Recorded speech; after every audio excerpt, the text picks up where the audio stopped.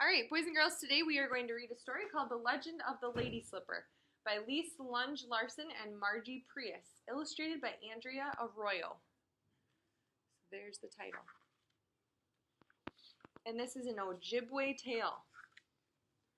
After the snow has melted in the northern forest, you may chance upon graceful flowers shaped like tiny moccasins. Some are yellow and some are white, some are pink and some are both pink and white. All are lady slippers, the most rare and precious flowers of the north. This delicate plant grows from the soggy ground of a black spruce bog or the rocky soil of a jack pine forest. It takes 14 years before the first bloom appears. If left undisturbed, it will grow into a thick cluster of flowers which will bloom for another 100 years or more. However, if any part of the lady slipper is picked, the entire plant dies. How did such a delicate flower come to grow in such rugged country? This Ojibwe legend will tell you.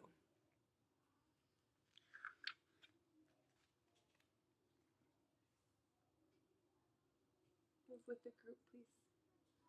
Once there was a young girl who lived with her mother and father, sister and brother, aunts and uncles, her many cousins, her grandfathers and grandmothers, and all of her people in a village among the whispering pines. Of all her family, her older brother was her favorite.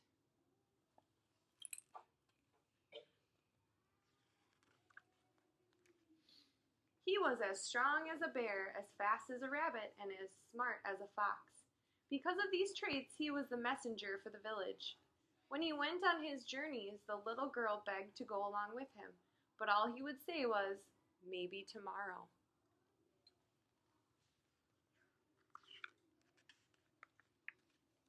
Then one day, a terrible disease struck. The little girl watched as one by one her people became ill. Her grandparents, her aunts and uncles, her sister, her mother, even her father fell ill. A neighboring village had the mashkiki, the healing herbs they needed, but the journey was too dangerous to make in winter. It was too cold. The snow was too heavy, and between the villages lay a deep, dark lake covered with groaning ice. Such journeys were not made in Hichi Manidu Gizis, the great spirit moon. Still, her brother said yes, he would make the trip.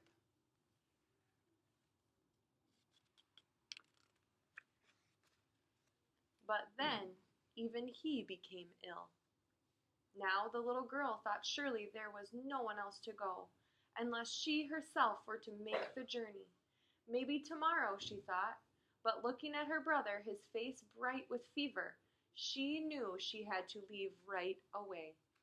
She found her moccasins, the beautifully beaded moccasins her mother made out of deerskin, and tucked warm rabbit fur inside them. Then she slipped them on and stepped out into a raging storm.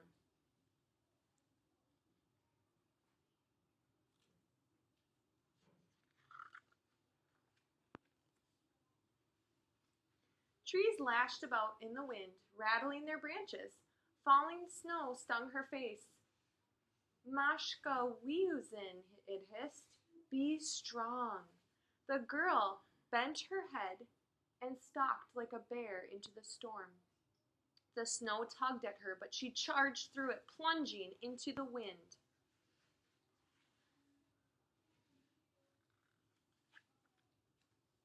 All day she walked until at dusk she stood before the wind-swept lake. The slick ice lay as if asleep, silent.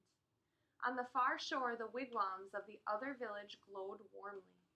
The little girl stepped out onto the frozen lake, and the ice shuddered and woke. "Da, da, ta, bean," it rumbled. "Go quickly." So the girl ran like a rabbit, skittering and slipping.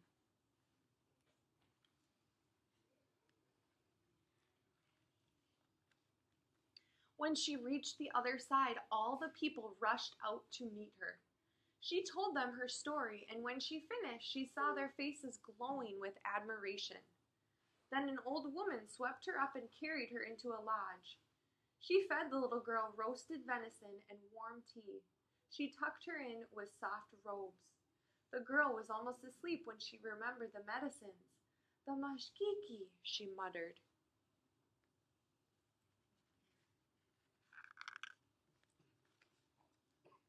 "We will bring you and the mashkiki to your people," the old woman whispered.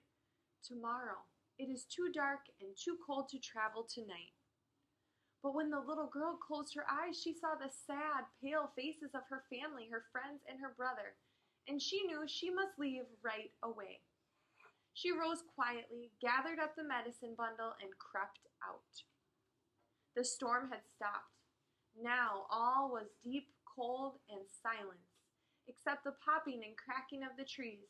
Her eyes stung. She felt the frost gather on her cheeks.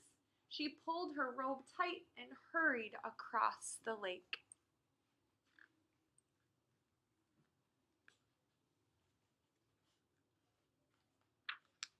Blue and green lights flickered in the sky.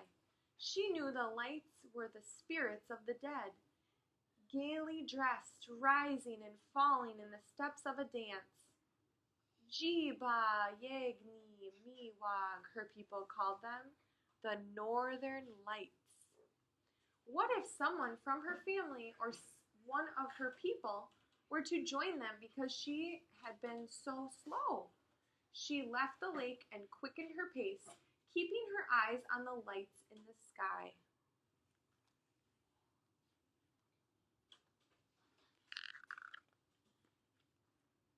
Suddenly, the snow collapsed around her, and she was buried up to her arms.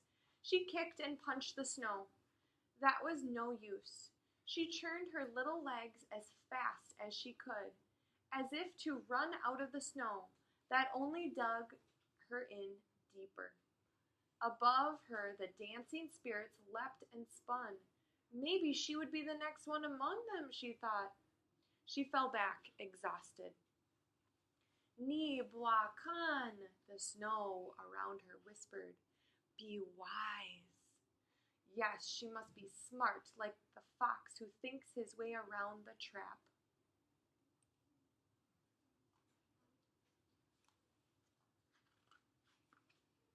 She lay back to think and felt the snow relax its grip. She lay further back and let it go a little more. Slowly she wriggled and turned, paddled, and swam her way out of the snow.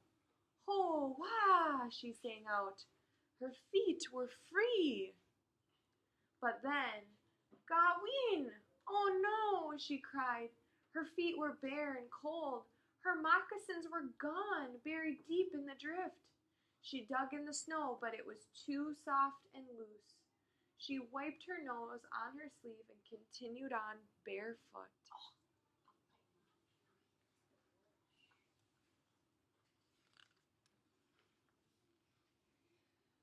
With the very first step, icy crystals cut into her flesh and her feet began to bleed. In every footprint, bright red drops of blood mingled with the white snow. Still, she stumbled ahead until dawn, when she reached the edge of her village. There she called out before sinking into the snow.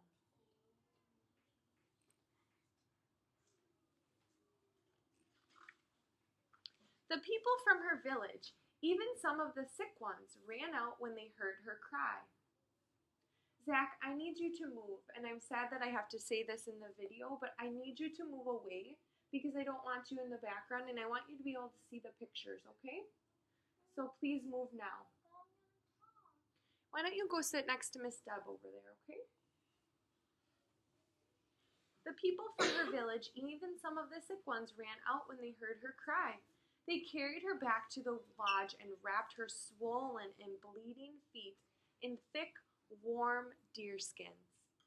Because of the mashkiki, the people were healed. The little girl remained weak for a long, long time, but soon after the snow melted, she too recovered.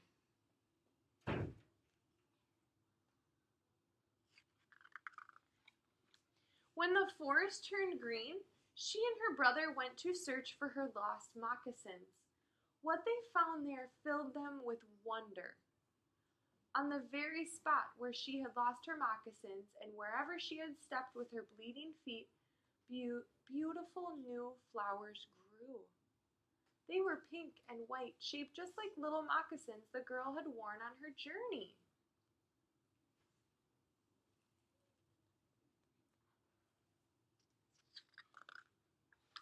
The Ojibwe people named the new flower Moccasin Wabagon, which means the moccasin flower.